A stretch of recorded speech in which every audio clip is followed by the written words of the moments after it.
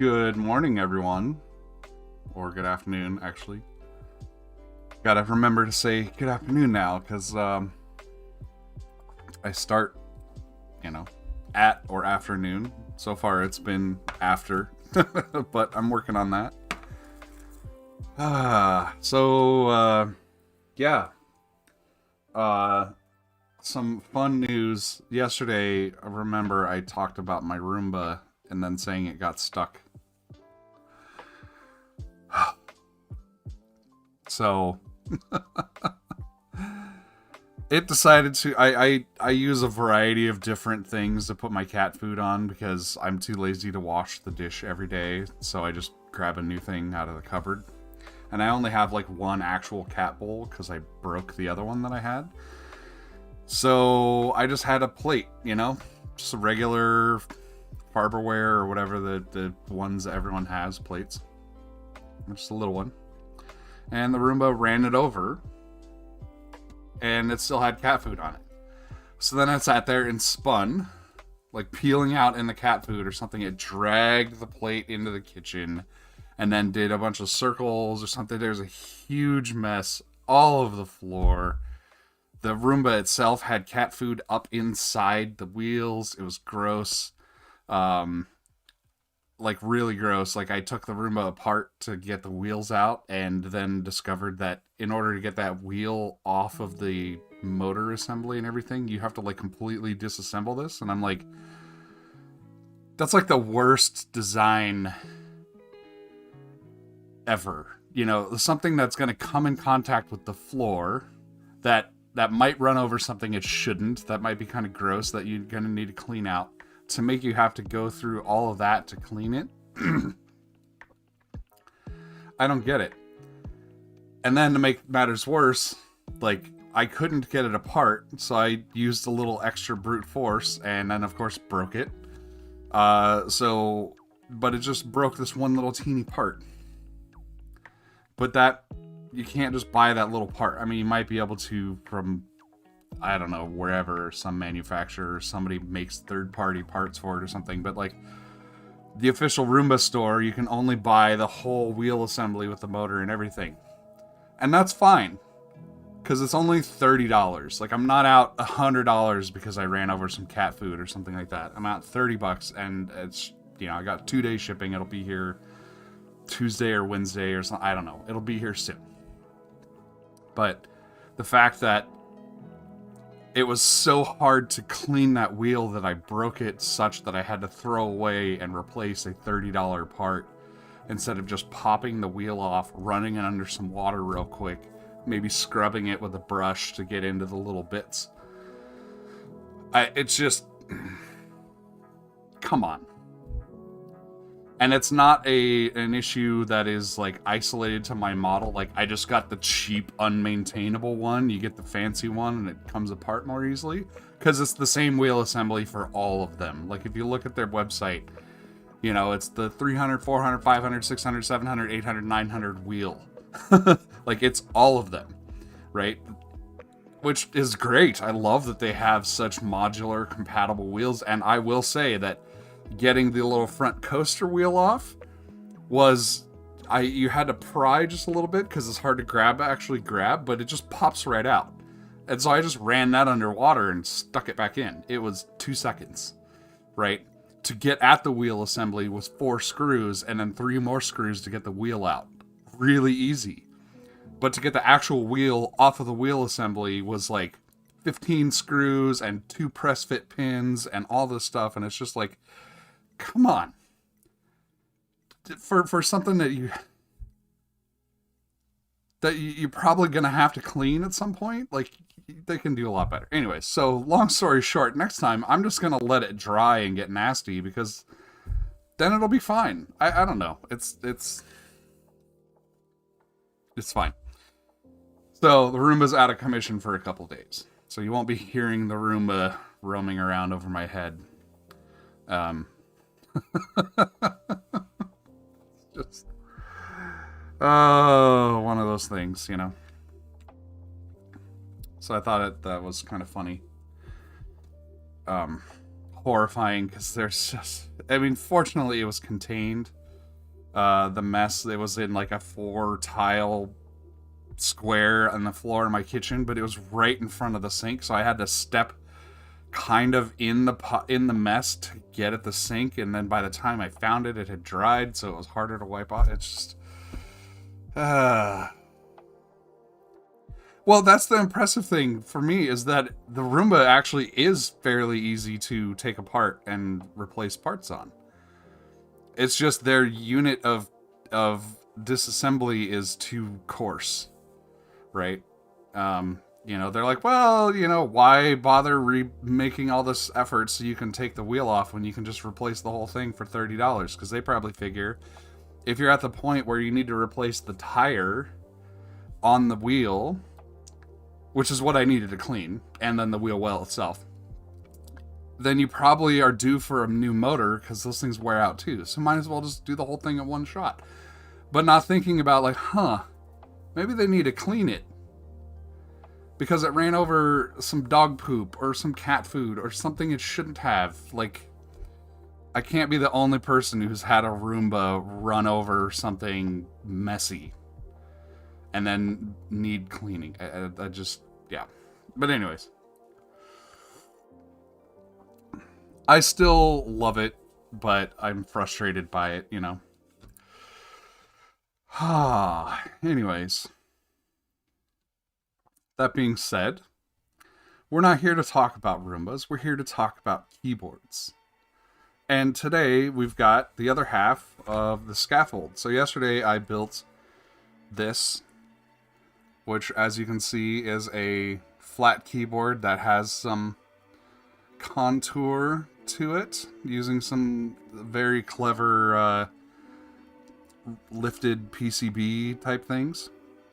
Very, very cool.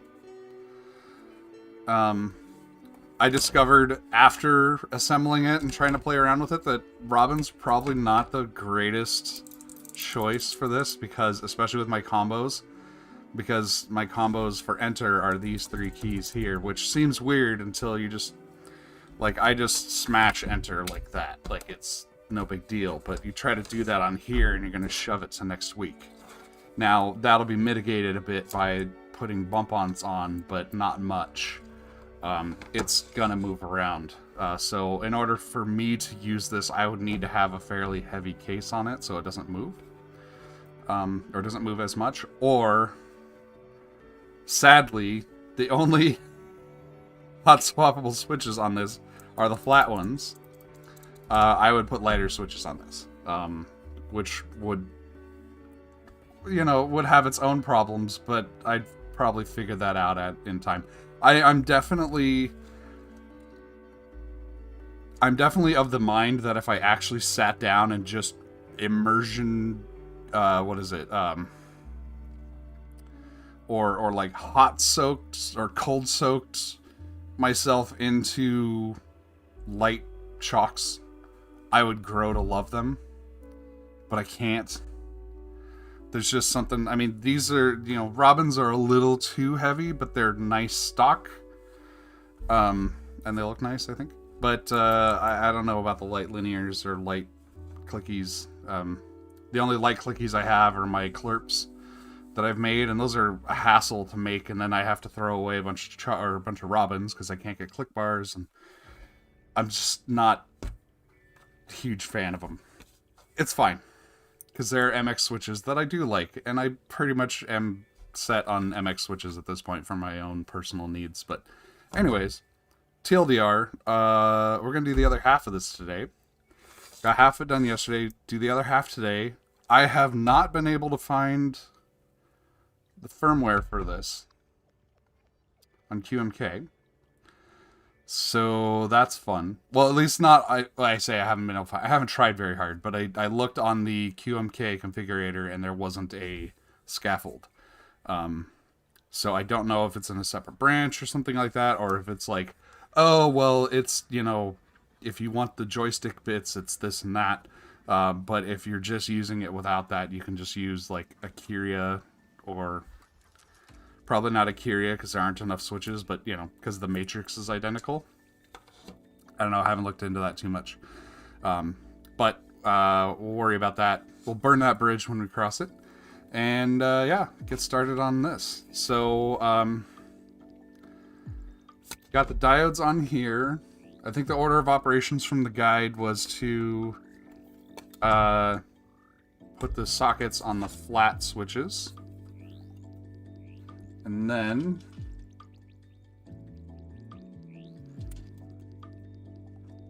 solder the rest of things, or start working on the built-up bits. So I need 5. I'm not going to do these just yet. Well, I might as well do them. 1, 2, 3, 4, 5, 6, 7. Okay, and then cut this off.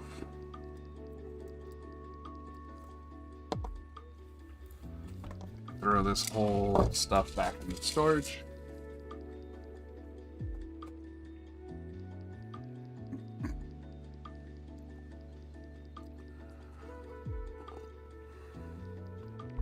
Well, the perps that I have, or at least the full set of perps that I have, because I did accidentally buy 10 instead of 50 recently, so I have a pack of 10 perps. But my full set of perps that I have are actually clicky, because I harvested the click bar out of some chalks, or out of some robins, and then put those in the perps. And I also bought some heavier springs, so they have 30-gram springs. So they're basically perps by case, but I wanted that because they're in my Cornish Zen, which is purple. So I wanted it to match. And it looks pretty nice, I think.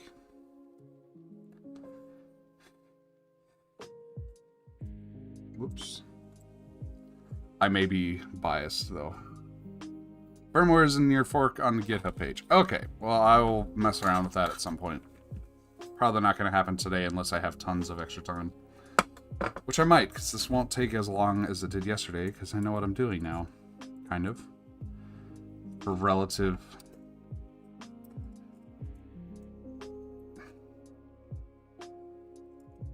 know what I'm doing. Just had a brain. Okay. Half the time I forget to do the other half of some of these sockets. So I just had it in my brain that maybe I should check the other board.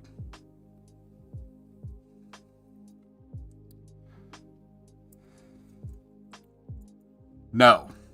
I am finishing it right now.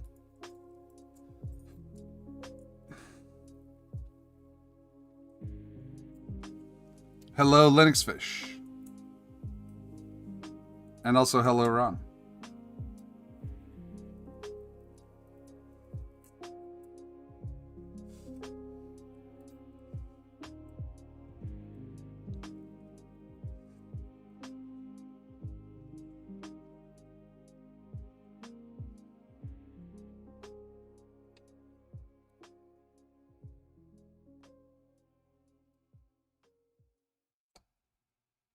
Oh, I am selling my 3D printer.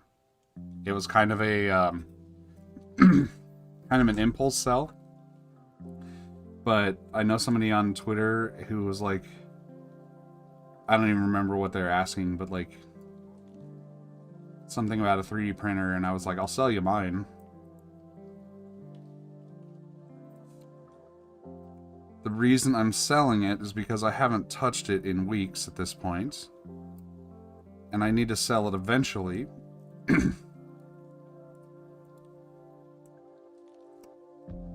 So I might as well, use the opportunity now to sell it. And then I get to help out a friend who wants to get a 3D printer.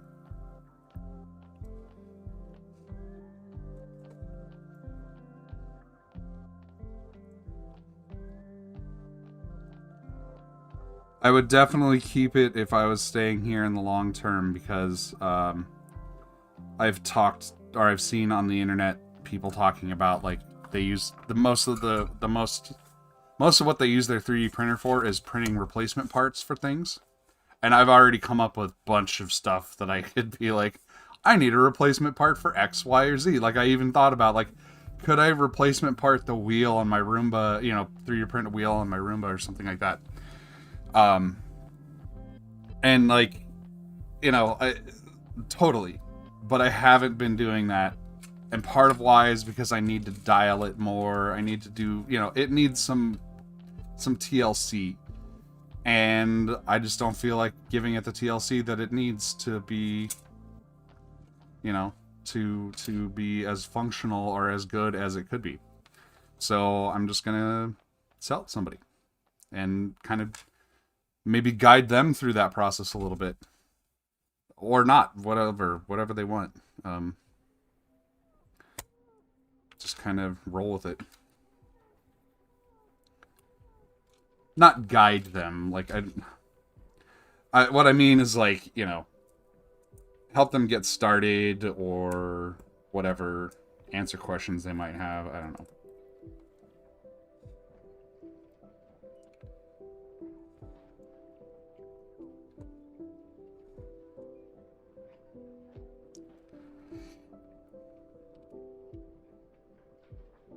Yeah, resin printers are cool. See, I think I would use a resin printer more but less at the same time. Because my 3D printer isn't dialed, so I never use it. But a resin printer is a huge mess.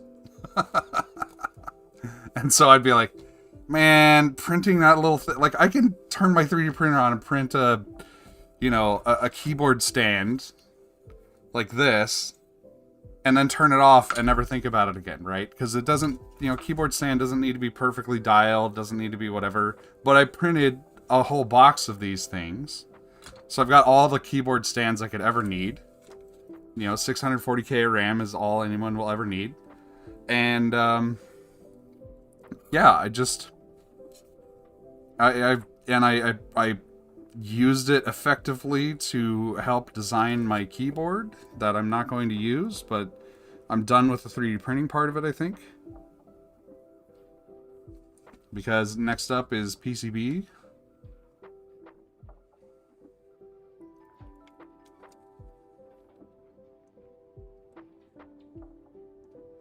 So, like, it served the purpose I bought it for. Now it's time for, it to move on, I guess. I just think of, anything involving, like, tanks of liquid is gonna be messy.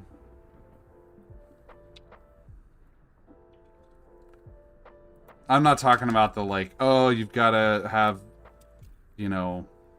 fume hood or, not that stuff. I'm just talking about, like, I've got, like, a bottle of resin liquid that I have to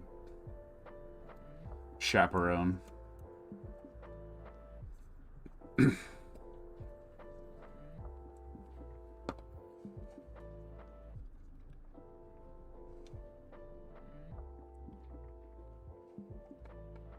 Oops. I dropped my blob.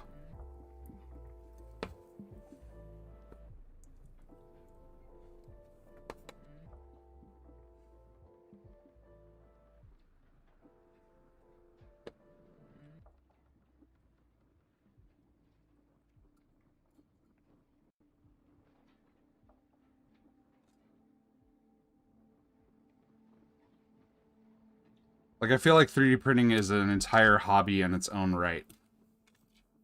And I just didn't quite get into it. Which is fine.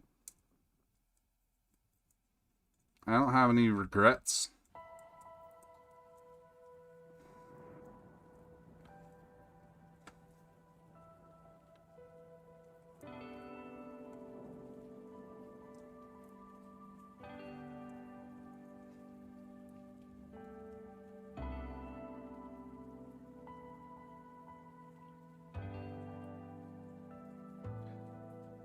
I am happy I didn't buy, the big fancy turnkey one, which it's the Prusa or the Reality. I don't remember which is the cheap one and which is the expensive one. But like spend $700 on a 3D printer. I'm glad I didn't do that. Although I will say, perhaps I might have used mine more if I had.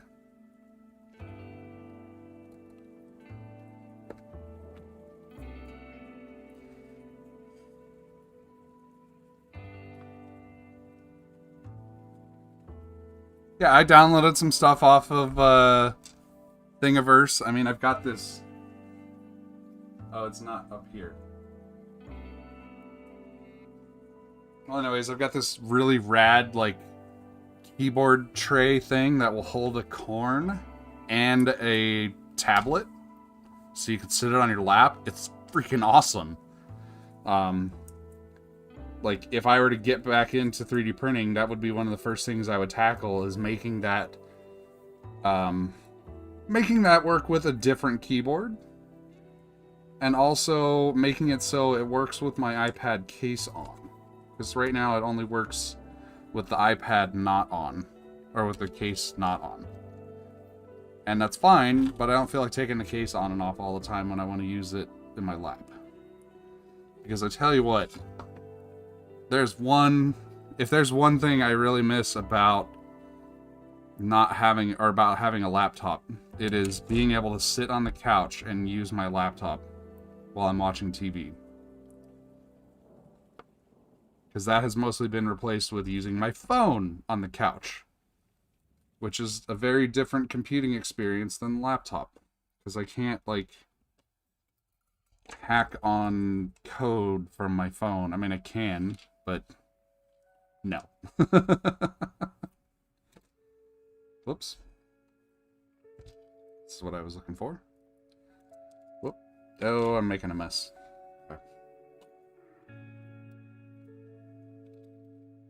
You making that for the Zaphod? Nice. Maybe I'll wait to sell my printer until you get that done.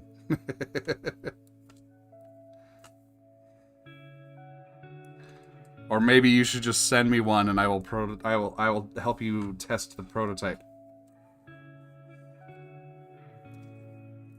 Well, see, I can do most things. Well, okay, I can do the code stuff from my iPad. Because I can't do it directly from my iPad, but I can SSH into my my computer, or my my Mac Mini down here, or any other computer I want to, Linux box, and do the code stuff there. And I could do that from my phone too, right? You know, Blink works on iPhone, but damn, trying to use Emacs from a phone keyboard just does not sound like a fun time. I don't believe that would spark joy. Ah.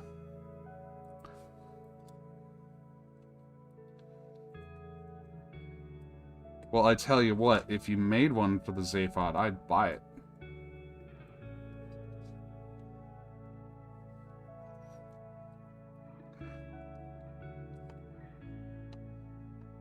Just saying. But you gotta ship it to me before March.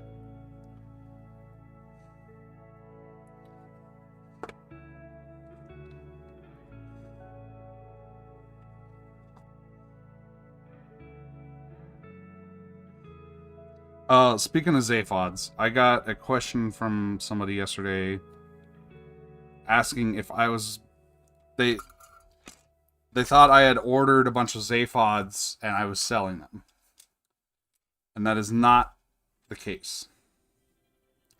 I am building like 5 or 6 Zaphods. One of them is mine. The other 4, or the others are for other people. One of them is not completely through Pete's build service, aka giving me money to build them for him, because he's a local person and he wanted, you know, just he wasn't ready to decide on switches, and so he's just like, yeah, Pete's just like, yeah, just deal with it, kitchen, I'll send it to him. So I'm building one for that person, and then I think I have 4 that I'm building for Pete's build service customers. But they are not, I'm not selling any.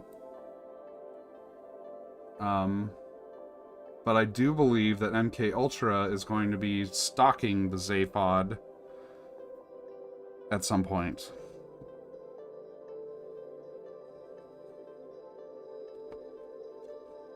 Which is very cool. And probably the Zapod Lite.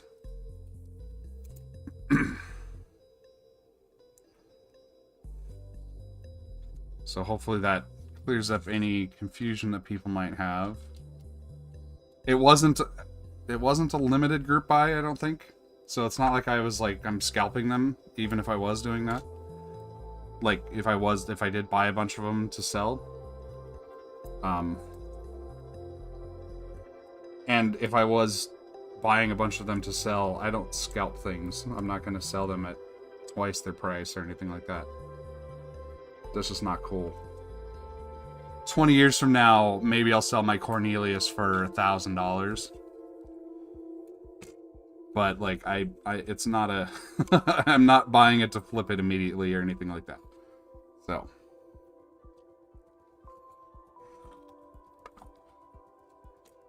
Well, I think the puck, you know, a quarter 20 mount is not a bad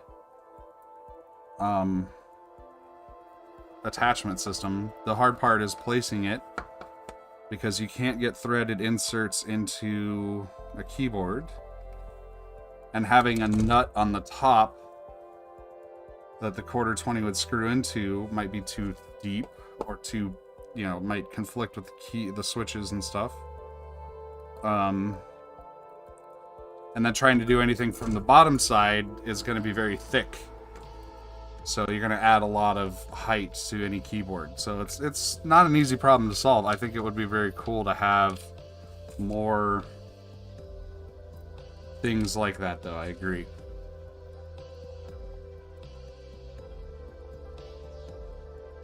Of course, you could also just, you know, just build. So that that corn case that I'm talking about, I'll find it here in a minute if people want. The corn case that I'm talking about, it actually, the board is designed to mount directly into it. But I'm pretty sure you can stick it inside a case. Actually, I don't know. Because the only corn I've ever tried to put in there was my Chalk V2 corn, which is caseless. But it fits perfectly in there. But it's got mounting holes. So what you do is you just permanently attach your corn to that. And then it has, you know, guides for routing wires and batteries and stuff like that if you want to. Or just use it wireless. So what you do is you have one that's mounted in that. You have another one that's in your backpack. You have another one that's, you know, just have multiple keyboards, one for every day of the week.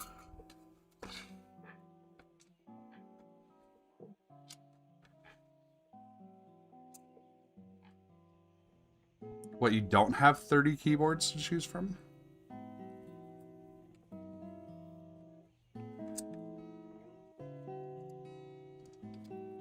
I swear I keep... Oh, no, never mind. I was gonna say, I swear I keep, like, finding more of these individual ones that aren't part of the big group over here. Because I think I just need one more. So we got 5, 5, and then the thumb here.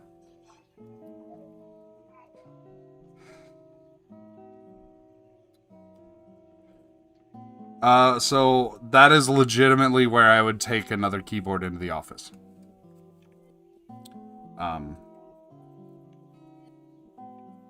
I wouldn't try to truck one back and forth with me because it's just going to get ruined. Make work pay for it.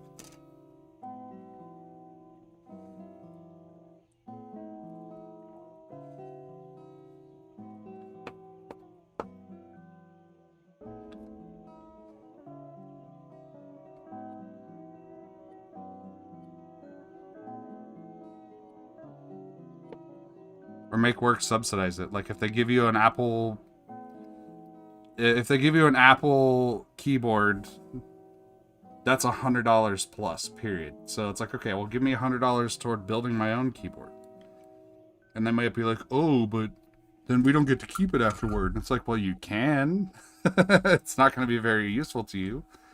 But $100, like, $100, $150, $200, to an employee who makes more than minimum wage, like in terms of cost to the company, is peanuts. So unless you're like part-time minimum wage, working a you know a position that you're like, it's like a shared workstation kind of position or something like that, or like a special purpose keyboard, like a POS style keyboard or something like that, it doesn't make any sense for them not to buy you the equipment or buy you at least a keyboard and mouse that you'll like. Because as my coworker at a previous job always used to tell people, is like, no matter how much you get paid, you cost this company $100,000 a year. Because you've got benefits, you've got insurance, you've got payroll, company pays taxes on the payroll, there's office space, your equipment, your actual computer. I mean, they buy you a laptop when you start. That laptop isn't yours, but they still spent $2,000 on it, you know, like all those things. Another $100 so you have the keyboard that you want, or $200 you have the keyboard that you want. It's peanuts to the company. I know that's probably hard to sell to most corporations or IT departments or whatever, but like, it shouldn't be hard. So I would say advocate for yourself. Get them to subsidize your next build and keep one at the office.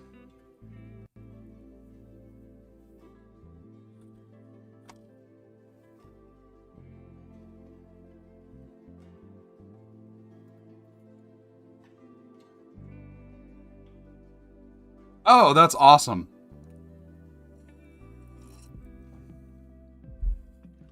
Oh yeah, meetings and conference rooms. So, there was a long portion of my last job where I refused to take a laptop to a conference room unless I was working.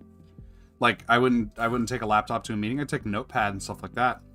But no laptops, because I would get distracted in the meeting working on something, or the meeting would go too long, or whatever. It's like, no, I want to focus on the meeting here, so I'll take notes, and then go back to my desk. And it worked, and then I just stopped caring, because I stopped caring about the job, and so I just started bringing my laptop and fucking around on it during meetings and stuff instead of working. I was trying to do it as like a, well, I'm here to focus on the meeting, so I'm not bringing my computer because I won't focus on the meeting. I'll get distracted. I know myself. Right. Bring a notebook and a pen, or in my case, an iPad and an Apple Pencil, and I'll focus on the meeting and not whatever is happening on fucking Slack or whatever. Yeah, okay. Well, see, that's where you get a tablet. Or actually, no, that's where you get an iPhone. Because with iPhone and Keynote, you can present from your phone. If you have an AirPlay enabled monitor, and by AirPlay enabled monitor, I mean it's got an Apple TV connected to it or something. Or it just has Apple TV built in, because a lot of TVs do nowadays, like mine does. Then yeah, just AirPlay the presentation to the display and run the whole thing from your phone. It's awesome. I did a talk many years ago at a conference, and I had my laptop, my iPad, and I was using my phone as a remote to project onto a display. The only reason I needed the laptop is because I needed to hook it up via HDMI. But if it had if there was an Apple TV in the room that I could have used, or some other way I could AirPlay it, I wouldn't have needed the laptop. It was awesome.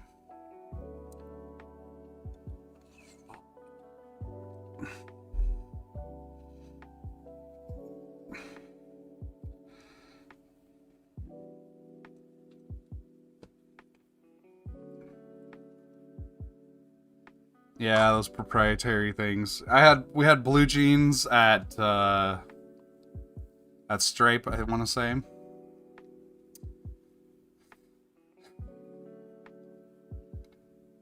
And then we were using Hangouts at Squarespace.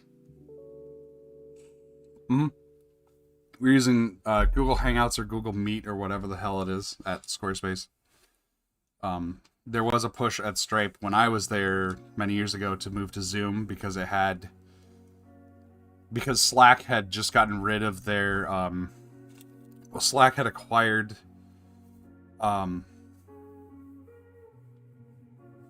Screen Hero, shut it down, and then when they brought it back, it didn't have the two mouse pointers functionality, which was my favorite feature of Screen Hero. But Zoom had it, so we were trying to get people to move to Zoom, and Zoom also had better options for how you laid out the thing. And this was back in 2017, I want to say. This was a long time ago. And I think they're using Zoom now, but I don't know. But we were using Blue Jeans, combination of Blue Jeans and Google Hangouts, I think. All right, what am I trying to do here? I need switches.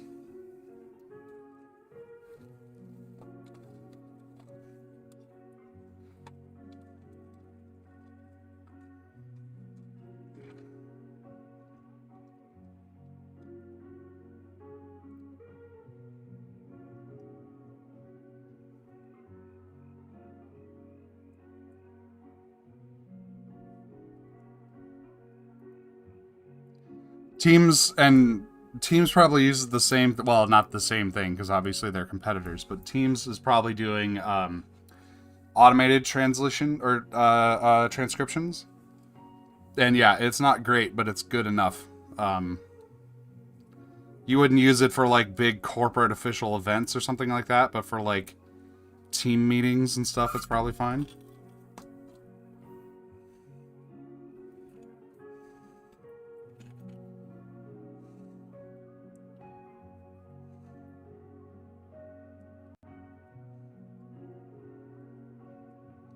Something where the person who, or the people who it's kind of targeting in terms of accessibility can chime in and say, hey, can you clarify what that was? The transcription sucked. And then they can type it out in the chat or something like that. It's a pain, but it's way better than them not being able to participate at all.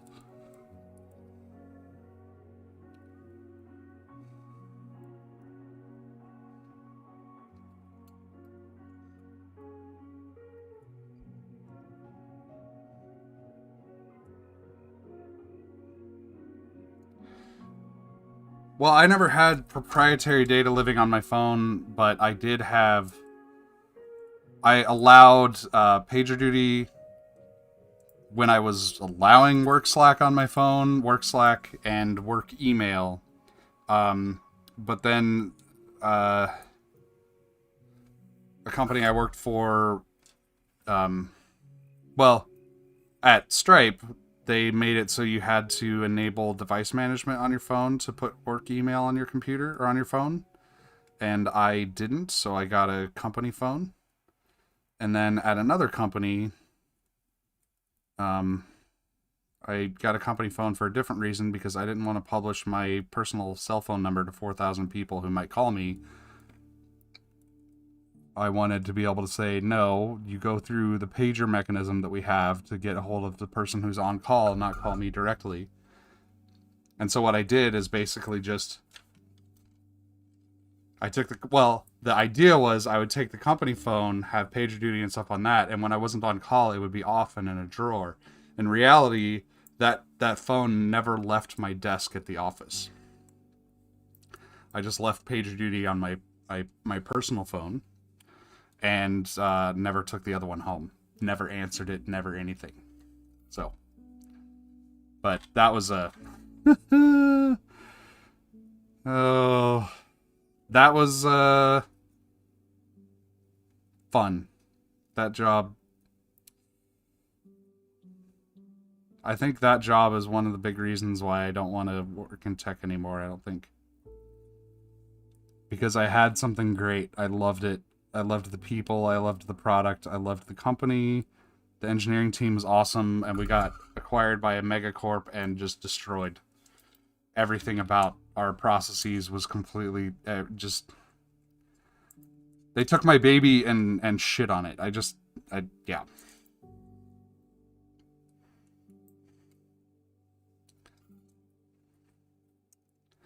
I do recognize that the company was probably going to need to be acquired by somebody, because we had a lot of competition who was about to enter our space and eat our lunch. And we were just barely scratching by. But this particular company just ruined it all. I don't know.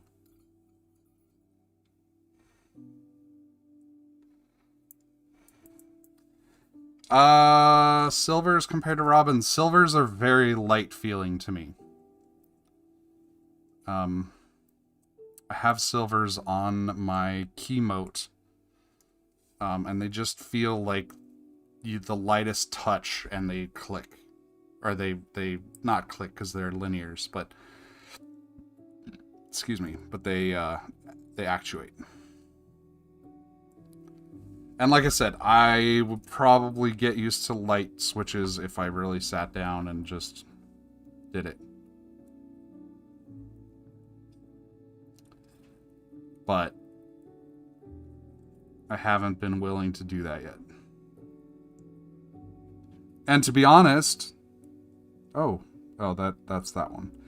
To be honest, Pete, if you're listening, or really anybody else, if the Zaphod had hot swap sockets in it, I might be using light switches, because I would have swapped out the... While this was my daily driver, I would have swapped out the switches. And probably gotten used to it. But since it's soldered in and I didn't feel like doing it, I didn't. So, hint, hint. Hot swap, please. Whoops. Okay, so that one... Solder didn't work quite right. I'm sorry about that, fish. It's... Jesus. I hope yours is going better than mine did, but mine was just a... I hated it.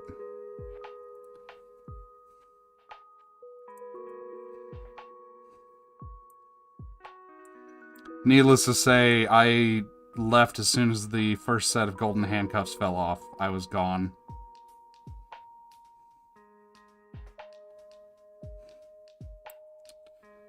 Okay, I think this one might just be bad. Yeah, it lifted the pad. Okay. It's fine, there's extra ones.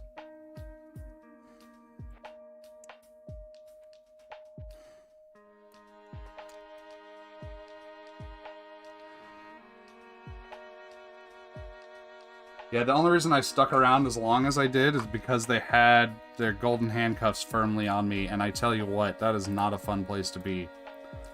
To hate your job and know you can't leave, because you know they're just... They know you can't leave either. But it was one of those things, like... I either have to leave today, or I have to leave the day after my golden handcuffs come off. There's no in between. Because anytime between now and then, the, you know, opportunity cost goes up. Because sunk cost fallacy kicks in and all sorts of stuff. Like, it's just... Yeah.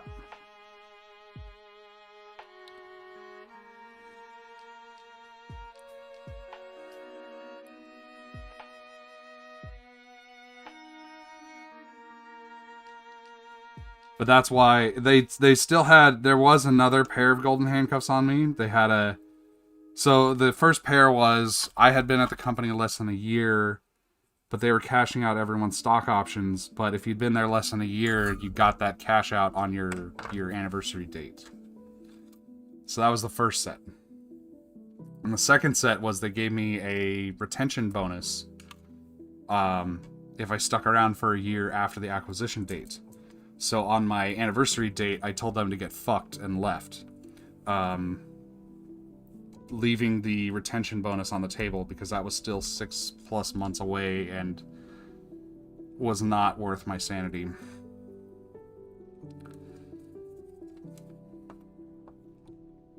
But it was one of those things that if I had stayed for another day, I would have had to stay until that 1 year, just my mental well-being. I tried to negotiate with them in terms of, like, well, can you change that retention bonus to a monthly thing or something, something that so it's not an all or nothing kind of thing, because I don't like that. But yeah. And they were unwilling to do anything, and so I walked. And it saddens me because that company no longer exists. I mean, the big megacorp exists, but the product I was working on no longer exists. They took our entire organization and product and team and everything and made us a submenu of a submenu in their main application.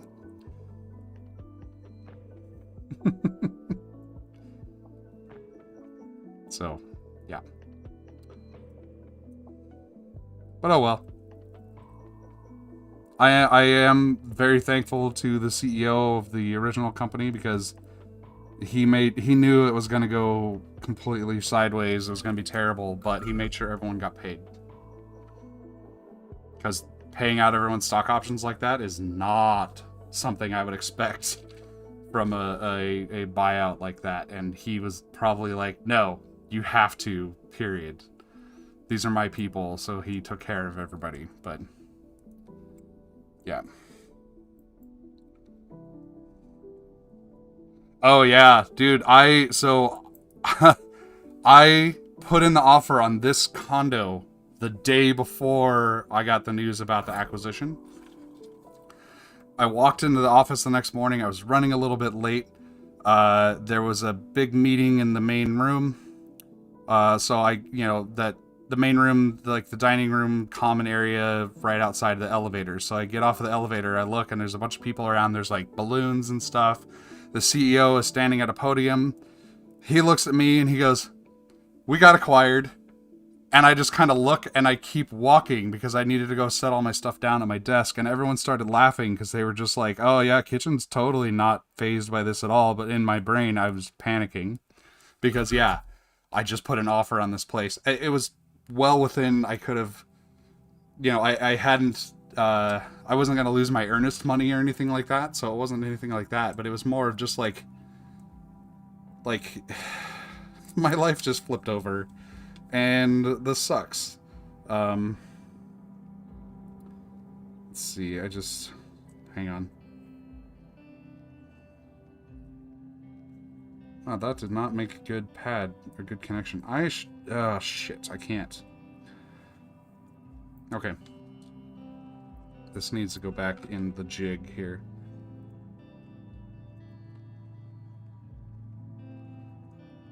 Oh, and that was also the day that, because I was like, yeah, I didn't know that was happening. He's like, "Oh, I sent a Slack message to everyone." I'm like, "I don't Slack on my phone."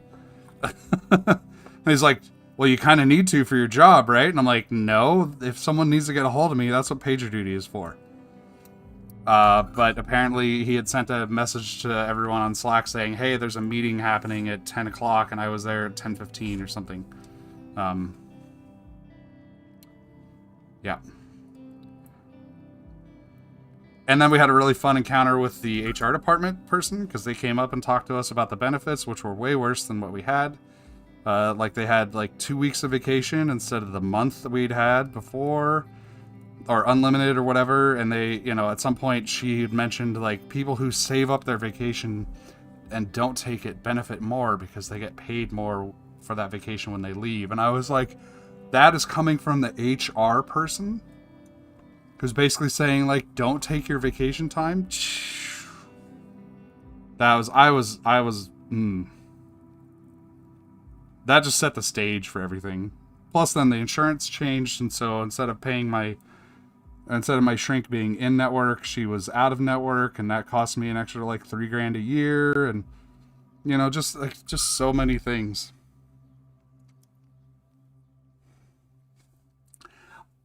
Don't avoid Chalk Minis on my account.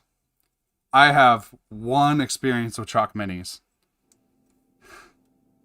and they were bad, and I don't know why. And I haven't tried, right? Maybe they're fantastic and wonderful, that people use them, or you know, they wouldn't exist. Well, I don't want to say that, actually, because I know of lots of things that nobody uses that exist. But don't do it just based on my account. Don't take my word for it. I would say unless there's a specific reason you want chalk minis, you'll probably be fine with regular chalks. Because they're not really that much taller in the grand scheme of things.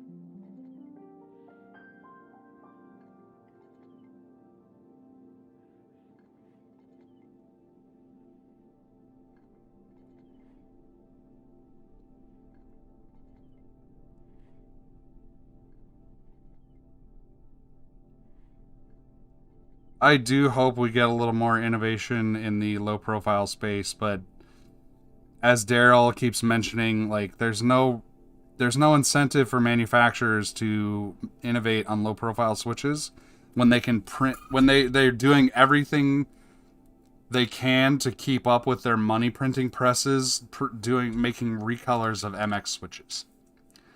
Like their entire product lines are dedicated to making recolors of MX switches right now, and they're just making money hand over fist. Like, why change that? It sucks for us, but that's the reality of what's going on. But I do hope that I do have high hopes for his switches that he's developing with Kale. So we shall see. I've already told him I would buy 200 of them. And honestly, I would buy more if I had to. Like, if he's like, oh man, I need like 1,000 more to get MOQ, I'd be like, alright, 1,000 it is. I'll figure out what to do with them.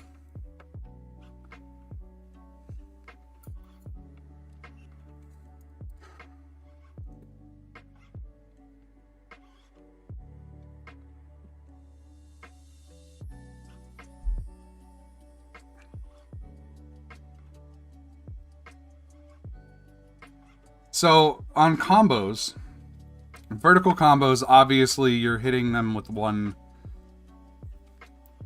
finger, right? So, like, say I have a vertical combo here, which I used to have vertical combos on this, but I changed them because it was too awkward for me to hit both, probably because I have too heavy of switches.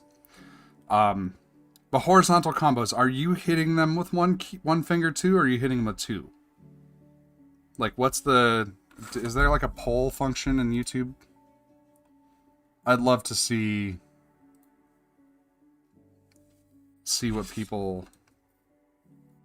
how people do their horizontal combos. Because I personally hit them with they're set up so that I hit them with each individual finger. So my enter key I hit with 3 fingers. My brackets I hit with 2 fingers because I have them. This is parentheses, square brackets, curly braces, parentheses, square brackets, curly braces, and then enter. And those are all of my combos. I've never tried the one finger horizontal combo thing. It probably would be better than the vertical ones, because at least I don't have to like flatten my finger to hit both of them. But I think robins are probably too heavy for that.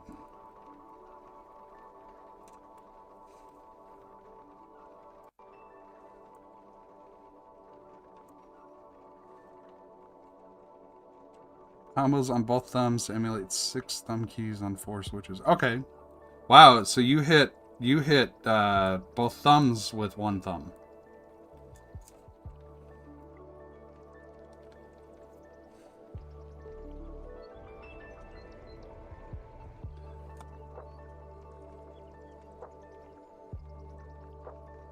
Oh, well, unregistered, you have a whole new world open in front of you.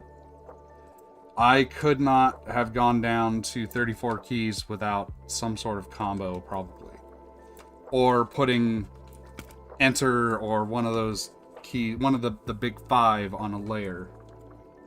When I say the big five, I mean space, enter, tab. Wait, let's do this in the right order. Space, backspace, enter, tab, escape. Those are the big five. I need those to be on there because I use them all the time. So those need to be, you know, fairly first-class citizens on my keyboard. Moving down to 34 keys, I only have 4 thumbs.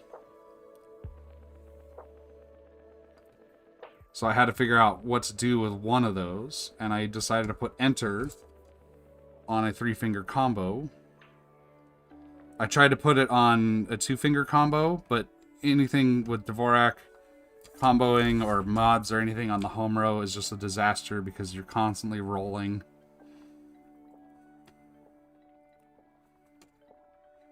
Like, I tried to put it as HT, I tried to put it as TN, I even tried 3-letter combos, and that was still... So I just put it on the top row because because it's GCR on Dvorak, so these 3 keys here on the right hand is my enter combo. And it works pretty well.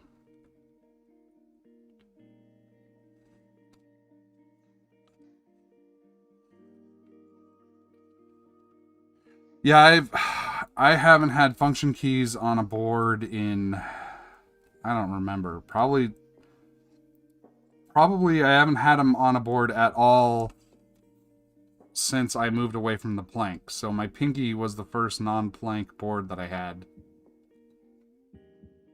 Because the plank, I just used the default key map and it had function keys, but I never used them. But I don't have function keys on my boards now. I just don't have any need for them. I would probably make it a, not a combo, but a layer somehow.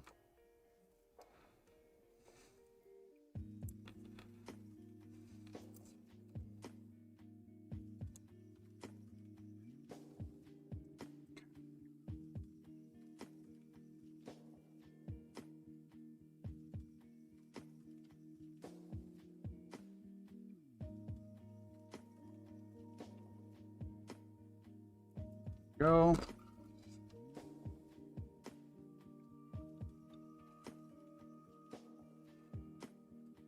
I did not try a 2-letter combo with them not next to each other. I don't think my brain works like that. So I've tried like artsy keyboard layout and even a setniop and stuff like that. And the way my brain wants to type those chords is hit one, hold one, and hit the other. So it's like a roll instead of a combo. So I don't think those work for me. If they're right next to each other, I can just smack them like this. It's almost like one thing. But if I have to, you know, hold up a finger and hit the other, it just doesn't... My hands don't work that way. Although I will say my brackets combos kind of suck. Especially for the curly braces, because that's using my ring and pinky fingers. They're just really awkward. But that's the best I've come up with so far on those.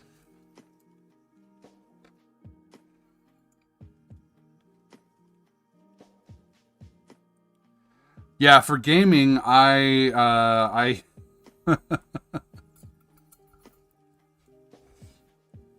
this is my gaming keyboard.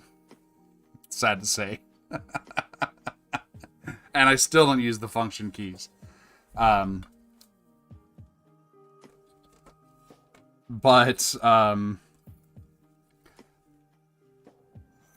Sudoku caps, I think originally were only chalk switches.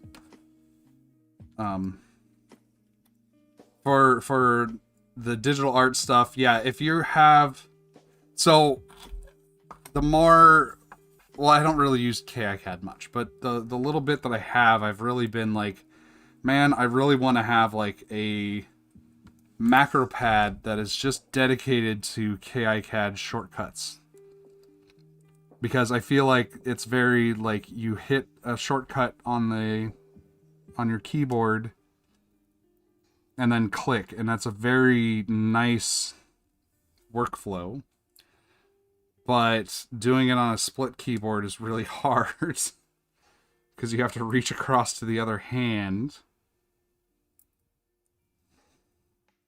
So I'm like just having a dedicated macro pad for that. That's like, say, the left hand of a corn or something like that. And it just has your map for your KiCad shortcuts. I think would be really cool. But I don't use it enough to have done that yet. But if I was using Photoshop heavily or something like that, I would absolutely do that. Because I know on my iPad, I've envisioned things like with Apple Pencil, you're drawing with one hand and you've got like an array of tool buttons on your left hand that you can push, right? I think that's a very natural workflow.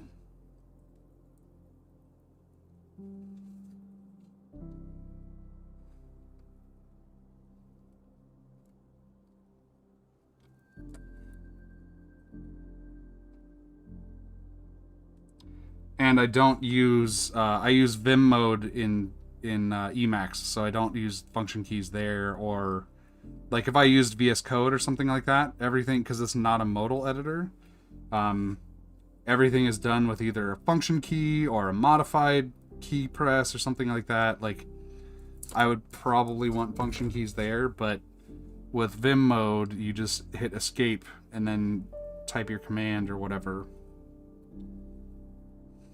Or use the leader key.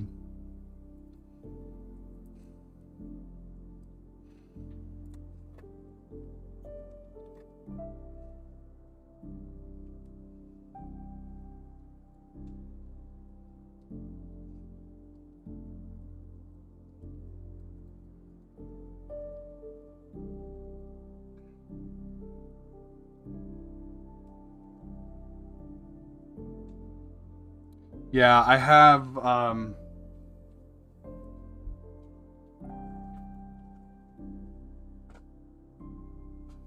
they're not readily available. I have the OG Sudoku caps back when they were commission only. And I had them on a chalk corn, I want to say.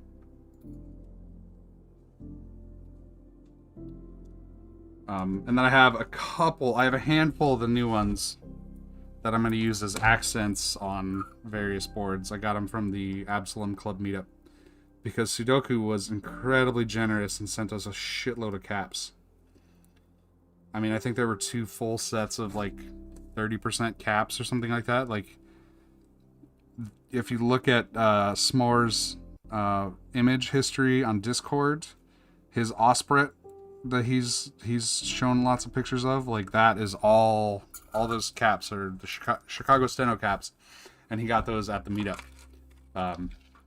We had a little mini raffle, and he he loaded the dice in his favor and won them. So the bastage.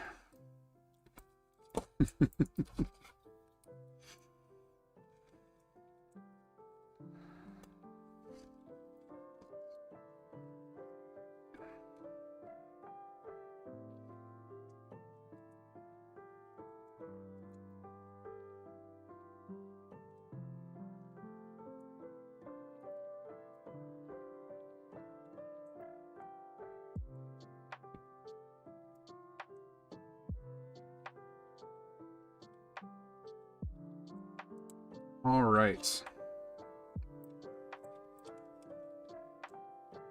Here is... That is not completed. I was going to say, here is our completed other half, but it's not. Because I haven't soldered the controller on, or the TRS jack.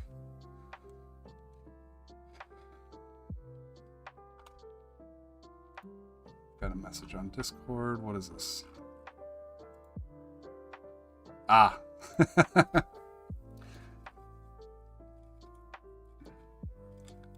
I've been promising to send somebody stickers and keep forgetting about it. And he was pinging me on Discord. Being like, yo, where are my stickers?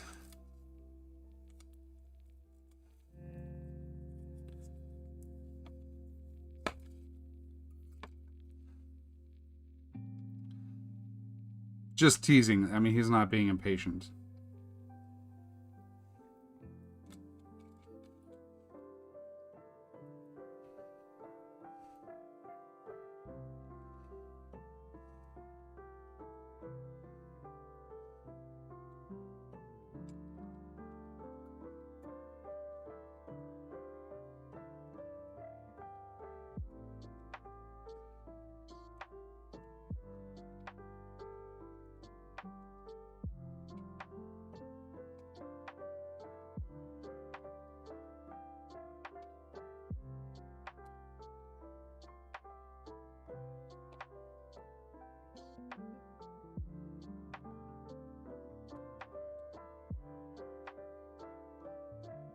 Okay, so that's ground to ground there, I think. Yep, okay. Alright, and I'm gonna not do the same mistake I did yesterday and solder this on without trying to flash it. I gotta find a cable. Too much crap on my desk. Okay, those are... I should label these cables. That would be smart. That would be really smart. Because then I know which ones I can just, like, grab and pull on. Because there's microphone, camera, magnet, other camera.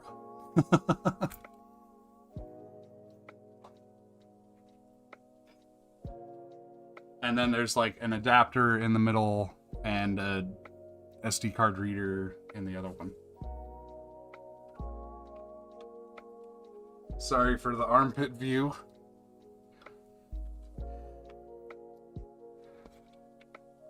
Oh, did you ask for stickers and never get them? I'm sorry. Can you Discord me your address and I will send them to you? It's a lot easier to do stuff like sending stickers when I have multiple people to send them to, because then I'm like, oh yeah, I should get all those things done at once, instead of it being like, oh, I have one thing to do and I'm going to postpone it forever.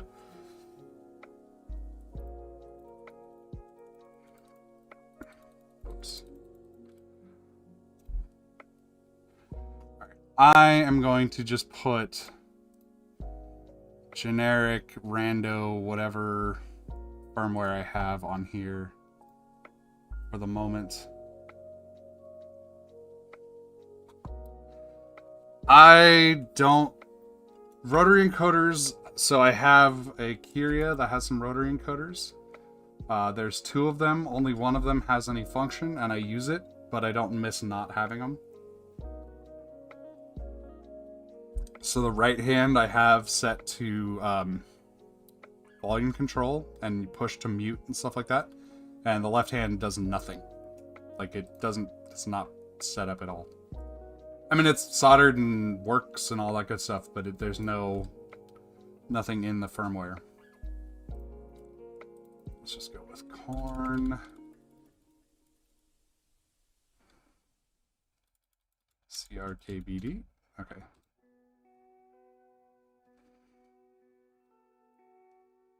Compile. Okay.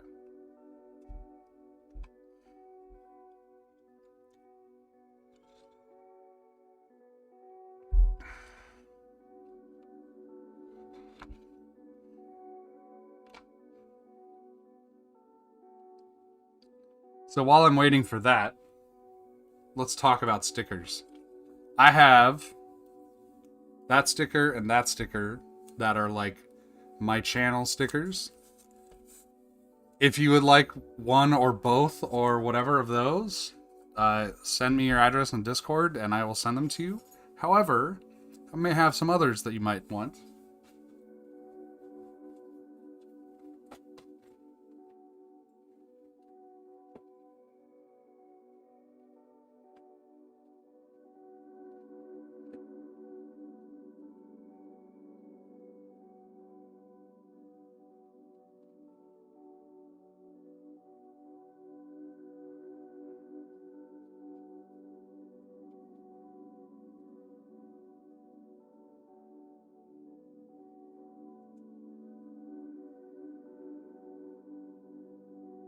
So I have Brett Butt Enterprise licenses. The joke is that, you know, I'm sure y'all have seen Dick Butt. Well, someone's decided to make Threat Butt. It was a meme on corporate enterprise security software packages. And the Threat Butt Enterprise license is literally just a Threat Butt sticker. But it's got a little card reader thing going on here. He's got the little mask like he's a bad guy. They talk about their defense in derp and all this stuff. I don't know if the website exists anymore. I know at one point they were like dissolving everything, but I got some of those made up. I also have nice nano stickers. These are officially sanctioned. They're not officially from Nicel, but they're at least like I got permission to make them. I've got some of those. I've got corn stickers, also officially sanctioned by Fustan. They're not as nice as the really fancy ones that he shipped out with the Cornelius, but I don't know how you can get those other than that, but you can just ask me and I will send you some of these. And then the thing that started it all, we've got the Chalk Friends. So if you're on the low profile Discord, you've seen these emojis. It started off as this one. I think that's the original one. That was like Art Sims or somebody paid somebody on Fiverr to do. And then Nicole took and made all these other emojis out of them, including the like crying face and that, and the finger guns and this. They're adorable. What's extra fun is these are actually Chalk Minis. Or, not Chalk Minis. Chalk V1. No. Yeah, Chalk Minis. The little ones. Yeah, they're Chalk Minis. These are actually Chalk Minis, not Chalks.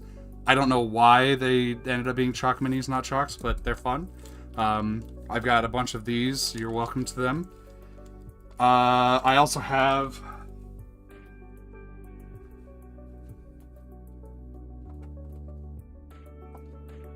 If you have not yet ordered with MK Ultra, you know that... Or know that you get a bunch of stickers from him. And I have made so many orders of MK Ultra. I have like 1,000 of these things.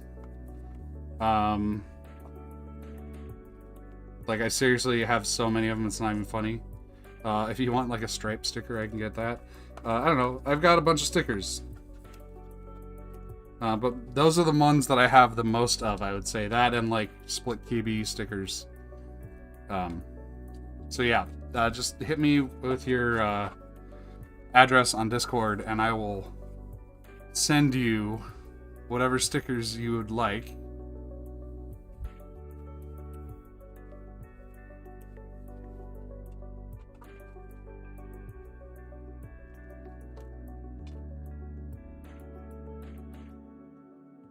I also have a handful of s'mores stickers, but I don't have very many of those, so I'm gonna hoard these for now. At some point I might give them out. But I imagine if you ask S'mores really nicely, he'd be happy to send you as many as you want.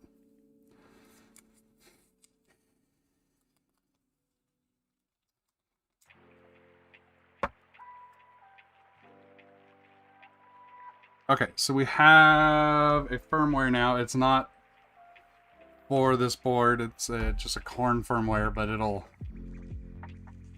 flash. Yeah, you can Osprey build service. He'll throw one in. I'm pretty sure. Yeah, he put one in the box for the Osprey group buy too. So,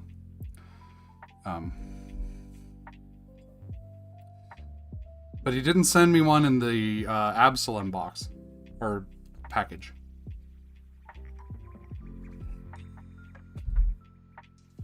So I feel lied to. All right.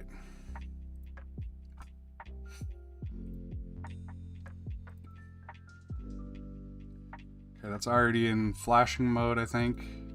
No, it's not. Or at least QMK Toolbox doesn't think it is.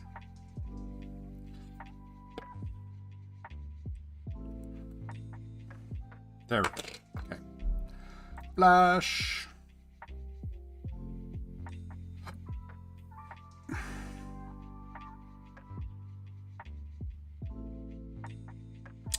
I have had that as well. But the main problem was that it was something RGBs, and just doing an EEPROM reset fixed it all.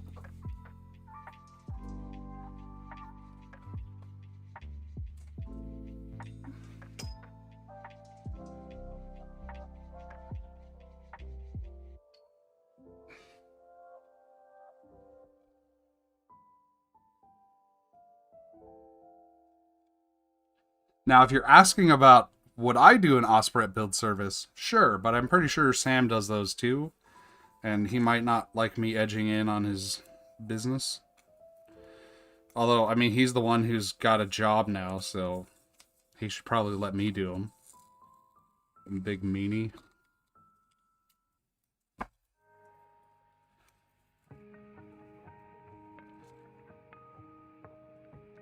I'm just kidding. The amount of money I charge for build service is not even minimum wage, so. And really, I can't charge much more because then I'm directly competing with PCBA. And at some point, ordering 5 PCBs PCBA'd from JLC is going to be cheaper than paying for me to build one. So, I don't do it for money, I do it for fun. But I'm not going to just be like, oh yeah, I'll build your keyboard for free.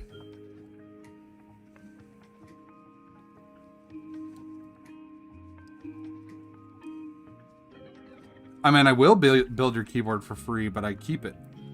Just send me the PCBs.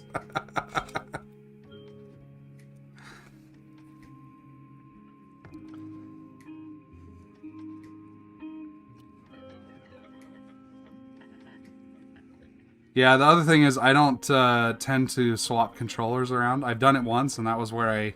Well, I say I've done it once. I've probably done it more than once, but I've definitely done it once, and that was where I ran into, like, why are my RGBs not working?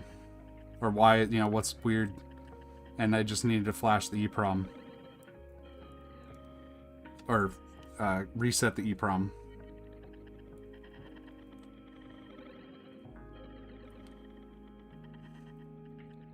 But for the most part, I just solder my controllers on. Because I am lazy.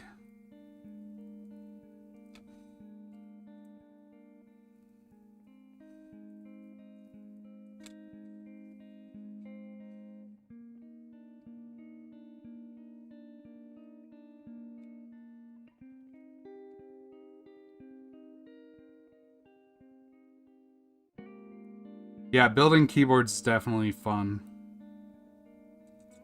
Bust out the soldering iron, do some stuff.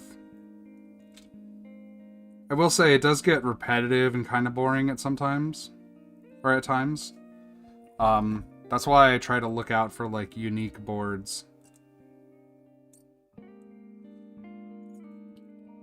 Something a little different, you know?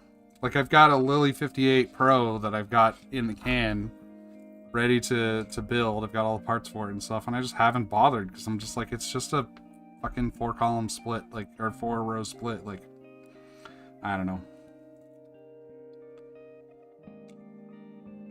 There's nothing that special about it. Doesn't have any sentimental value to me.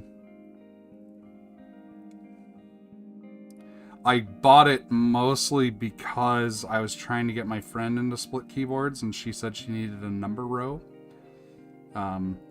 But she didn't end up using the one I built for her.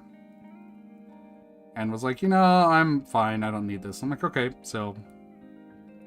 Because I bought like a Scaffold and a Lily and a Helix, and the Helix build turned out to be a disaster because it has those non-E SK6812 minis, which I will never ever solder again for as long as I live. Because I hate them. Although I say that now. Okay, double check here. Yeah, we're good.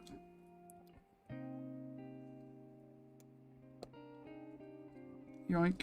Oops. Let me put that down before I burn myself. Go.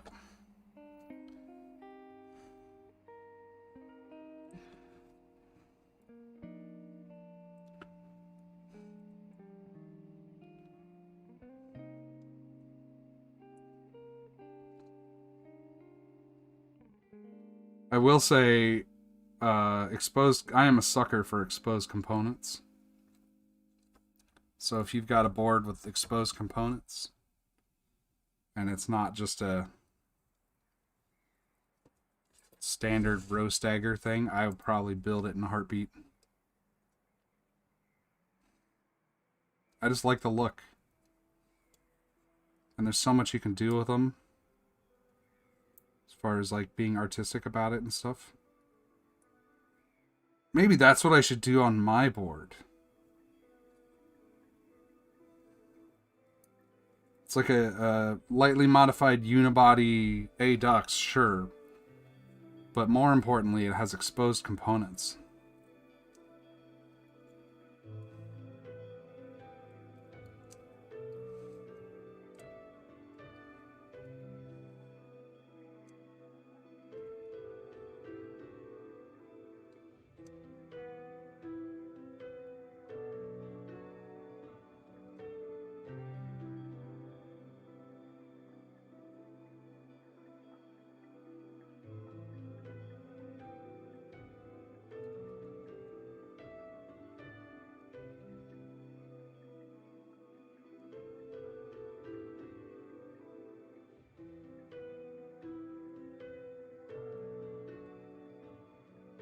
The one thing, so I was gonna say the one thing I don't like about PCBA, several things I don't like about PCBA. One, I really like building. I like the soldering part. You know, it's relaxing.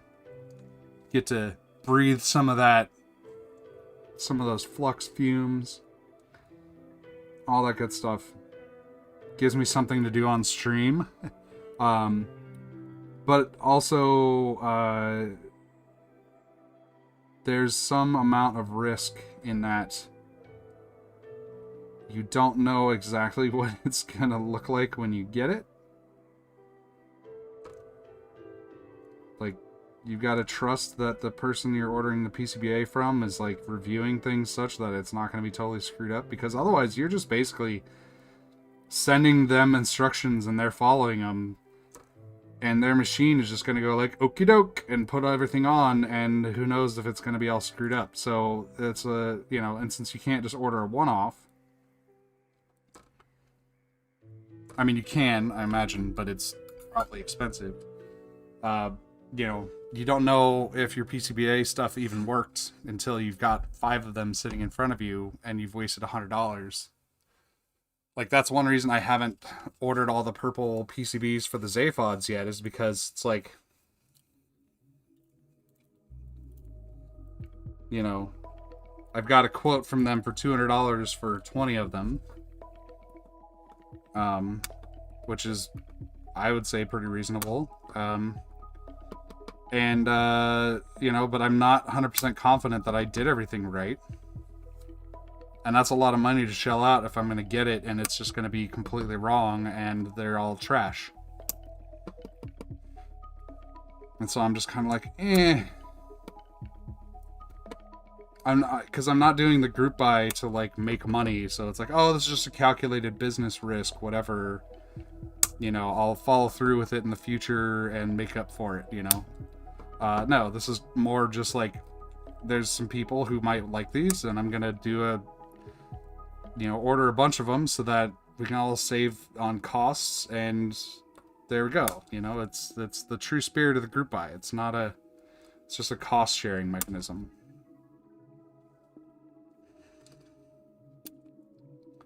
It's a lot easier to order 10 of a thing than 1 of a thing for the most part.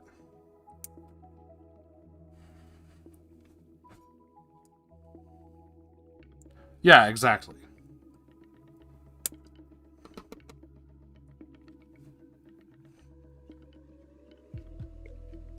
And I actually do want all of them PCBA. Right? In large part because I don't want to have to source all those components myself. But that's the other thing, is like, how do I, you know... Like, I can't even build my Torn right now because I can't get a controller. But if I could order one PCBA and have it, you know, next week, then sure.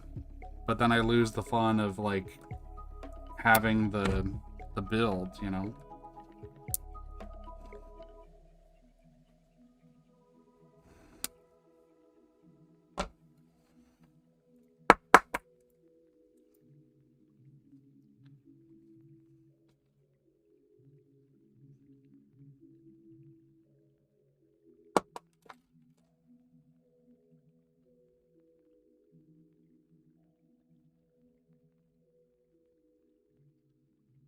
The Sharp display, I will say, is one of the coolest things.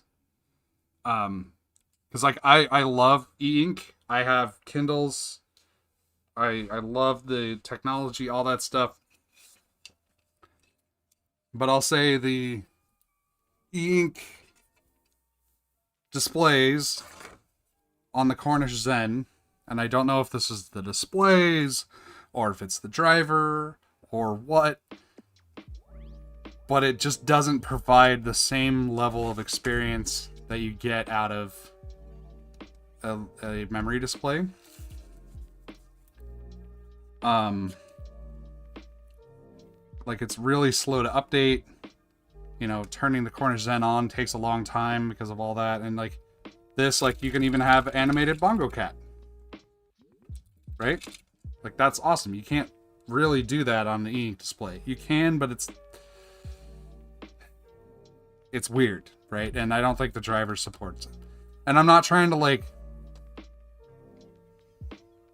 rip on anybody. Like, it's as good as it, or it might be able to be better or something like that. I think the memory display is just better in general for keyboard needs, or for what I want out of it, or whatever. I don't know. I like this better subjectively than I liked the e-ink displays on the Cornish Zen. So I'm like super bullish on seeing more Sharp memory display stuff, because like in terms of power consumption, you know, I had this Zaphod with this display on without the Bongo Cat and used it every day for something like a month before I accidentally charged it. The only other time it got any charge was the few seconds I would plug it in to flash the firmware and then unplug it. Otherwise, it was fully just running off of the battery for like a month. That's with the display on. That's ridiculous. And it's only I don't have a huge battery in here. It's only a 120 milliamp hour battery. It's ridiculous. And when I say I accidentally charge it, like I plugged it in for something, I don't remember, but I realized that I had it plugged in for like 5 or 10 minutes, and I was just like, okay, well, that invalidates my test. But the fact that I could get 3+, I can't remember if it's 3 or 4 weeks, but it was definitely at least 3 weeks. The fact that I could get 3 weeks off a single charge off of this, and it was only at like 80% battery life according to, you know, iOS battery reporting. So I mean, it still had plenty to go. It's just phenomenal. the memory displays, they work really well. Yeah, I think the Zen screens, I think the screens themselves aren't that great either, because I've seen people with like, oh, I took it out in the sun, it's all black now. So like there's some amount of like, because e-ink displays are much more complex to update than an LCD, because you have to think about, because they're much slower to update. You have to think about things like, do I need to refresh the whole screen, just this part, whatever. Like, I don't even know all the details that go into it. There's so much more complicated to display something on. And so when I say like there could be firmware work on it or something like that, or maybe the firmware isn't quite there yet, that's what I'm saying, is like it's new in Zephyr and in ZMK and just hasn't been as baked as it probably needs to be like really good. But the LCD or the Sharp memory display, I think, is effectively just an LCD. Like, I don't know, I think it's much easier to implement a driver for it, and so the driver can be done more quickly and be more fully baked. So yeah.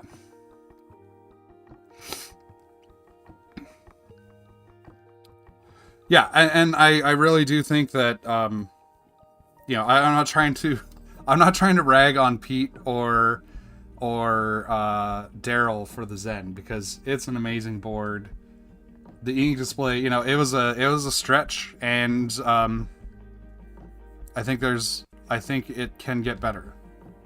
I don't know. That's all I'm saying. Is like, in terms of what works better right now, the LCD or the memory display is leagues beyond where e-ink is at that size. So no, I think you don't need LCD. I think if you could get a memory display that's that size, it'd be really great. I don't know. Anyways, that's kind of my thinking about it. So this half is done. This half is done. This has a firmware, this doesn't. Let me flash this real quick. And I realized I put my cable away and I still have firmware work to do on both halves.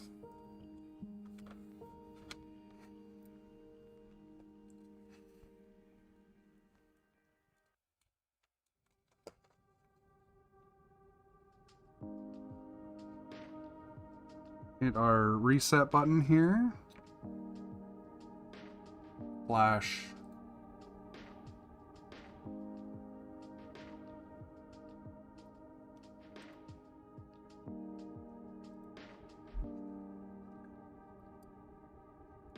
Flash that.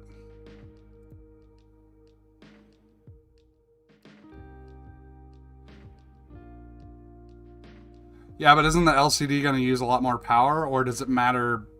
Or are you saying that part doesn't matter because the steno stuff takes enough CPU power that it's going to be low battery life regardless?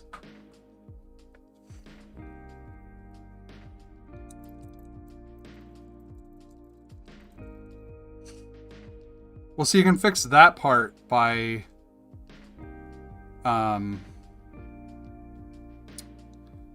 You can fix that part by having it turn the display off or something like that.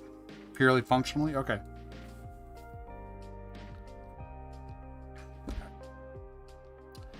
So what do I want to do here? How much time are we at on the stream? We're at hour and 36. Okay. So, oh, speaking of which, where's my food?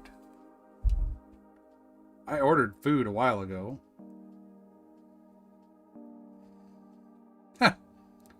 My food was delivered like half an hour ago.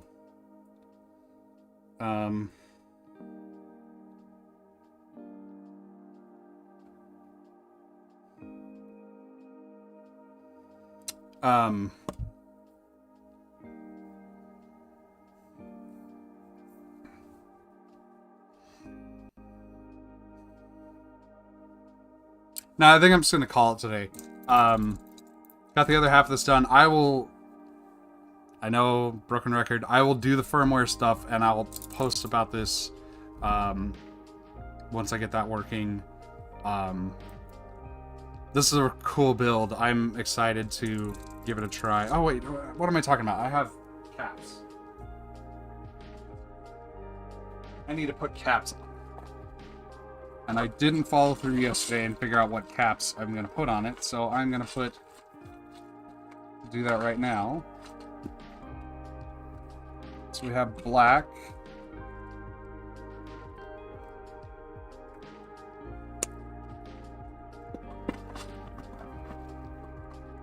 Yeah, I've never done the whole try to get things really smooth cut. I will at some point. Especially for like bottom caps or bottoms. Wait, so this is a... I'm gonna put the nylon caps on. So these are actually some of the most expensive caps I own. These are 3D printed nylon keycaps. I don't remember the name of the company, but I could find it. And I got them because I was just like, I'm intrigued. I want to check them out. They came on a big tree. I put these on another board on stream at one point, but I took them off for reasons, I guess. Oh no, I had them on one of my corns. I think I had them on my chalk horn with the full lighting and stuff like that, and I swapped them out because I got the MBK glows. But anyways, these are 3D printed nylon. And they're actually pretty comfy to use, at least, you know, in the short term. I haven't tried long term, although now that I'm looking at it, these are not gonna fit. Okay, anyways. So, black caps or white caps? Who's got opinions? I don't have lime MBKs. I have purple, but I want to save those for something else, I think.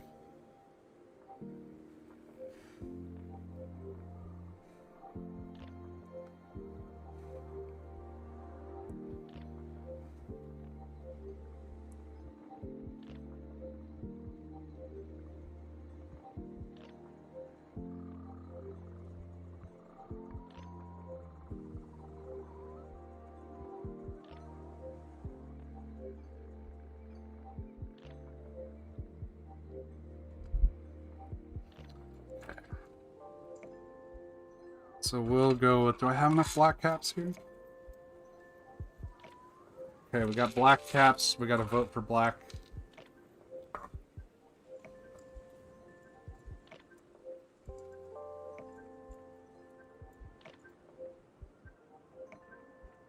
Yeah, I do want to, I do actually want to go through and smooth out the switch legs on my Reviung 34 because they stick out further than the diodes do, and so they've been kind of slowly scratching at my desk mat, which troubles me. Okay. Oh, that's a nice fit. Yeah, sadly the nylons didn't fit quite right.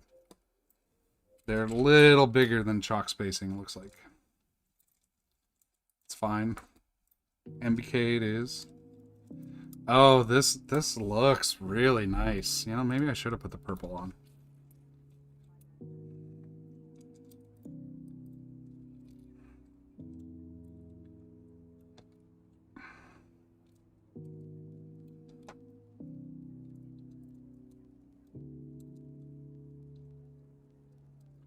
Well, you know, maybe you shouldn't be eating Cheetos at your desk.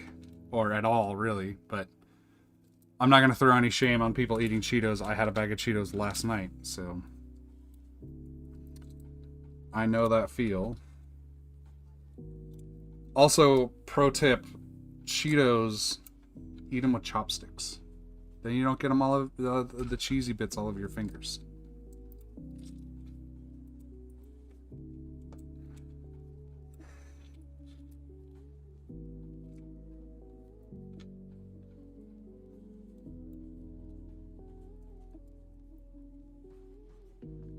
Oh no, Ron, I'm so sorry.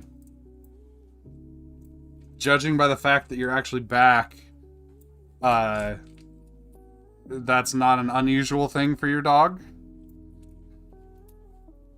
Then that you haven't, like, just run him to the vet or something?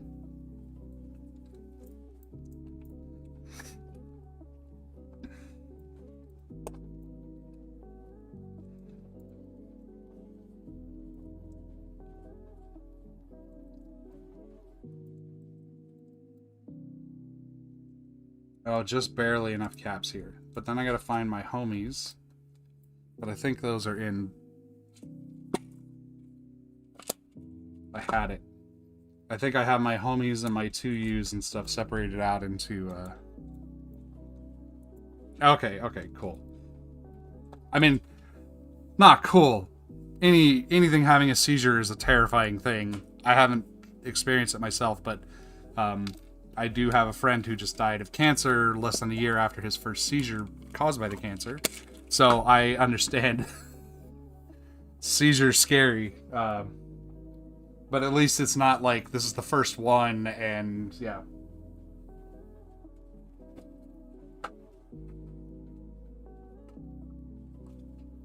Okay, so... Yep. Oh, I only have one... Okay, well, I only have one white one, too. Great. This'll work. I'm gonna have to order more caps.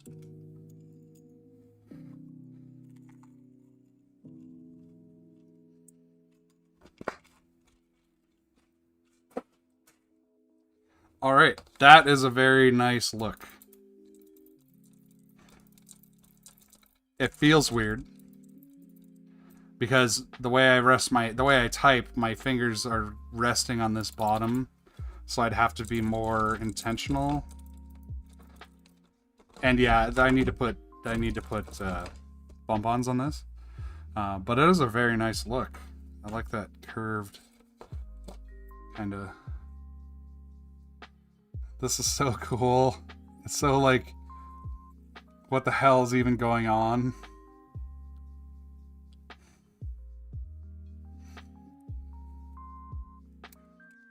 All right. I think I'm gonna call it now. Well, okay. So one thing that's weird here is that I can't feel the tactile bump on these because that's where the other switch is.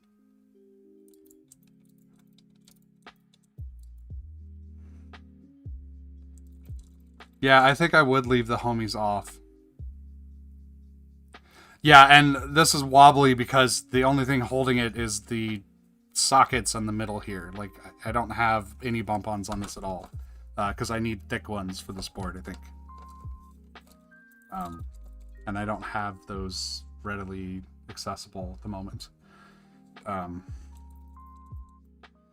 Yeah, I have noticed that a good solid like column staggered board, you have less need for homing caps because you can feel based on how your fingers are on the switches. Like you feel the contour, it feels right versus not feeling right. So yeah, I don't have I only have one. Oh no, wait, I do have, sorry. I found my other black. Okay, I am going to switch this out. I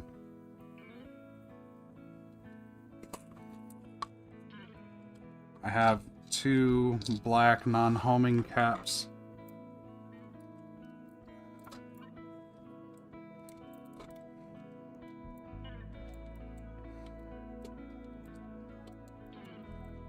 Shit.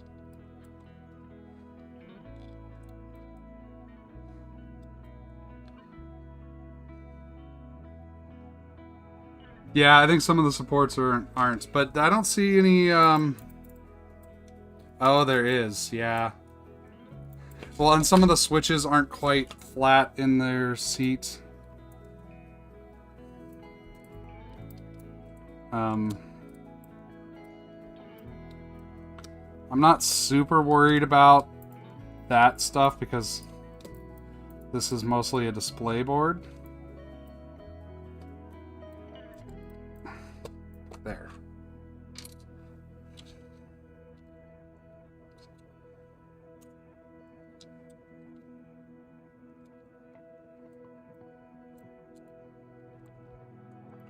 But I will say that there are some... So the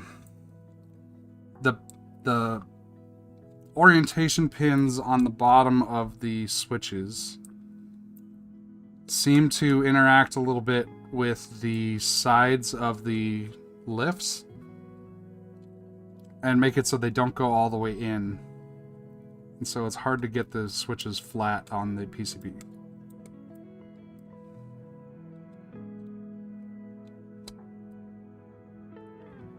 That's something I noticed and was hoping wouldn't be a problem, but it seems like it might have been. Come on.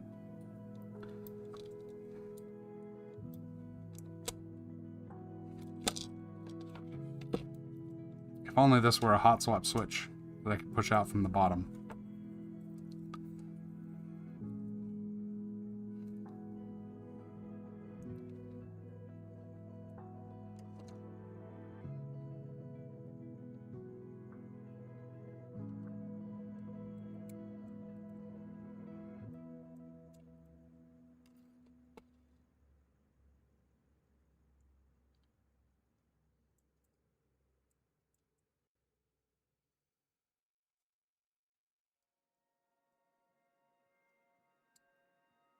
I have not daily driven a dactyl. I think maybe before I sell my printer, I should print up the skeletal, because it's a 34 key dactyl.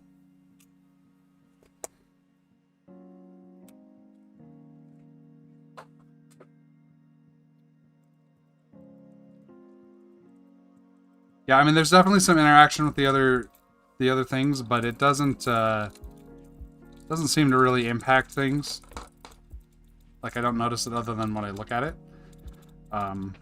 Although, who knows, because that might be making this one stick down too much. Yeah, okay.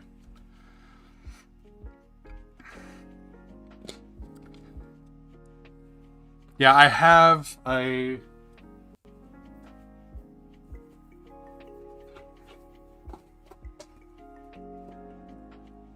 TBK, but this is MX and it's a lot bigger spacing. I would say just from my initial poking at this versus poking at this feels a lot more comfortable to me.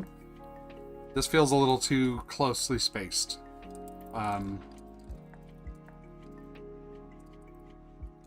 Because my fingers are constantly touching the other switches. But I also had... I really want to say I had similar issues or feelings when I moved to the Zaphod, which is chalk spaced, that I was constantly hitting the other switches. So it's probably something I would get used to, but just like purely put my hand on one, put my hand on the other, this feels a lot more comfortable. Also, this has Boba U4s on it, so this has very nice switches. Not that chalk robins aren't, but from my perspective, like Boba U4s are just delicious switches. So, but I think I want to build a skeletal, but I won't use the PCB, the flex PCB things, because if you saw my stream building this thing, those flex PCBs are a pain in the ass. Like, just not sparking any amount of joy there.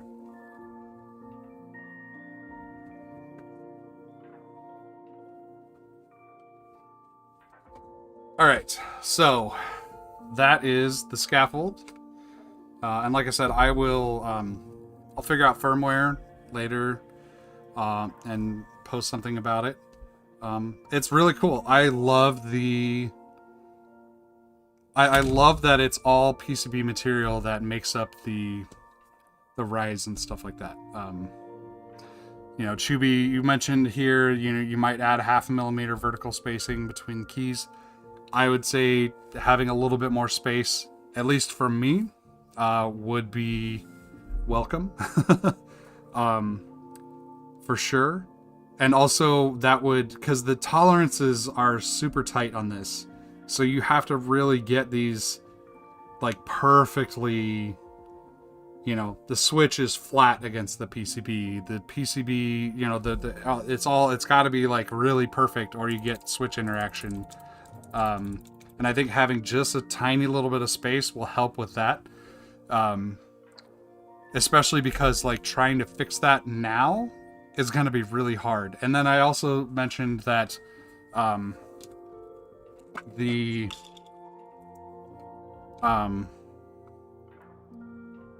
so if you put this in the board here, you see those pins stick out quite a bit.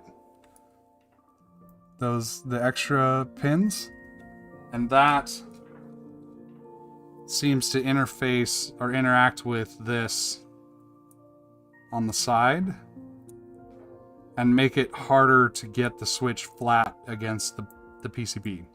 So I would say if it's possible to, like, because you can't just do it on this one side, I'm sure, but if it's possible to make this a little bit rounded so that it kind of has a cavity for that, I think that would help. Or put it in your instructions or something that you kind of, you know, you put the switches in and then clip the pins off or something like that, or file them down or something. That is given that they're soldered on switches, that is something I would be willing to do. If they were hot swap, I would be like, wait, what? You want me to actually file that down? Because I'm very weird about, like, I need to know what switches are modified of mine and what aren't. So, like, having a bunch that have those legs soldered or, like, filed down would drive me insane. I'd have to have them in a separate thing, and then I'd still be worried that I leaked them somehow or something. You know, it'd just be whatever. No, because, that box joint, that,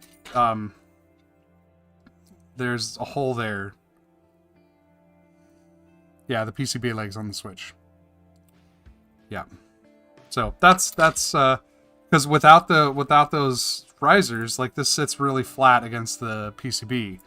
But with the riser, you can see a lot of these are sticking up quite a bit.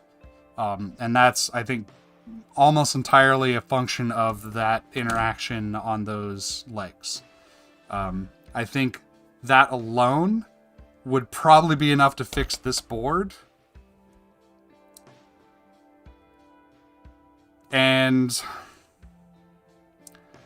But to fix that on this board, I'd have to take all the switches off. Or at least all of these switches, and I'm just not going to do that. But just like for future, like if you're going to do another revision of that, I'd try to solve that problem somehow. Because I think that would help things. Yep. But all in all, this is a cool board. Like I said before, I really kind of wish I had gotten the joysticks, because I think that could be cool, and maybe I will still do that at some point. I'll have a follow-up video with this where we'll put the joysticks in and do the firmware and all that stuff. Not making any promises, but maybe, because this is a very, very cool idea, and solid execution. A few little things I think could be better, but yeah, cool, nice board. Very cool. Alright, let me finish popping this out of here. Maybe. There we go.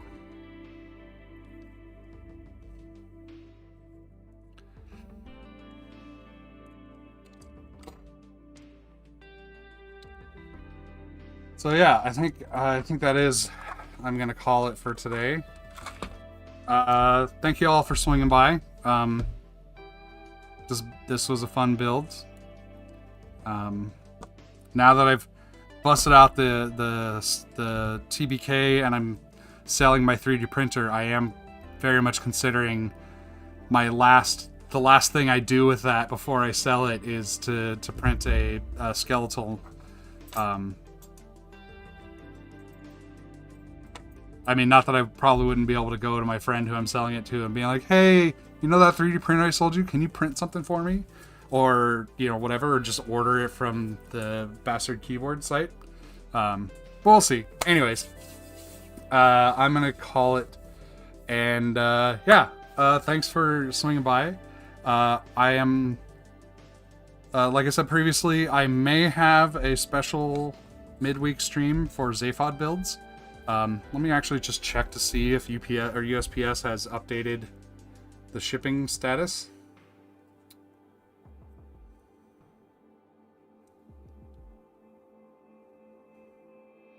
It says it arrives Wednesday, and it still says in transit arriving on time. So it'll probably be here by like February 1st or something.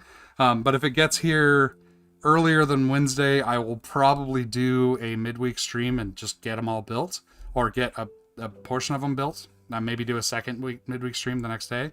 And really, you know, I might, if they come in on Wednesday, I might do Thursday, Friday. So yeah, plan if you want to watch, plan for Thursday, Friday Zaphod builds.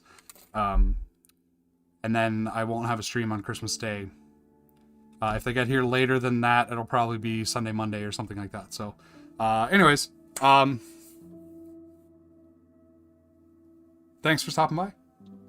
I just ramble. I need to have like an outro thing that I can just go through. Zaphod streams. Scaffold's cool. Have a great week. And if I don't see you by Christmas, Merry Christmas. And if I do, Merry Christmas anyways. See y'all later.